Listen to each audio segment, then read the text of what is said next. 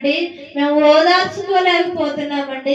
మేమేం చేయాలన్నప్పుడు కొందరు ఏదేదో చెప్తా ఉంటారు, ఏదేదో మాట్లాడుతూ ఉంటారు. ఏంటంటే వారి సమస్యను బట్టి వారేదో చేస్తారని వారి దగ్గరికి వెళ్తే వారు ఇంకేదో చెప్తా ఉంటారు. కానీ దేవుని ప్రవక్తలు అనబడిన వారు ఎలా ఉన్నారంటే వారు గర్భంలో ఉండగానే వారి పుట్టుక మరణమును వివరించేవారుగా ఉన్నారు. హల్లెలూయా, హల్లెలూయా.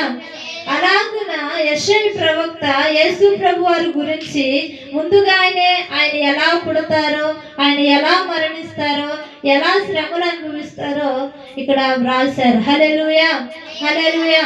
ప్రవక్తలు చెప్పినట్లుగానే యేసు ప్రభు వారు భూమి మీదకి వచ్చారు. ప్రవక్తలు చెప్పినట్లుగానే ఆయన కలువరి శిలువకు అప్పగింపబడ్డాడు. హల్లెలూయా. ఎందుకోసం?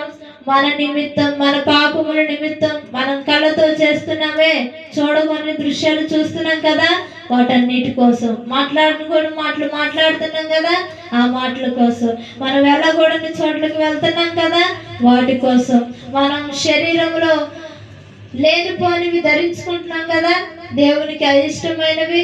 శరీరంలో మన కాళ్ళ ద్వారా వెళ్ళగొని స్థలాలకు వెళ్తున్నాం కదా, వాటన్నిటి కోసం దేవుడు తన శరీరంలో మన కాళ్ళ కోసం నడిచిన పాప మార్గాల కోసం 2 కాళ్ళల్లో మేకులు కొట్టించుకున్నారు. హల్లెలూయా. మన చేతులతో చేసిన, కొంతమంది దొంగతనాలు చేస్తూ ఉంటారు, అందరం చేస్తూనే ఉంటారు కదా, దొంగతనాలు చేసిన ఆ చేతులతో చేసిన పాపముల కోసం కొంతమంది కొన్ని కార్యాలు చేస్తూ ఉంటారు చేతులతో. ఆ చేతుల నిమిత్తము 2 చేతుల్లో మేకులు కొట్టి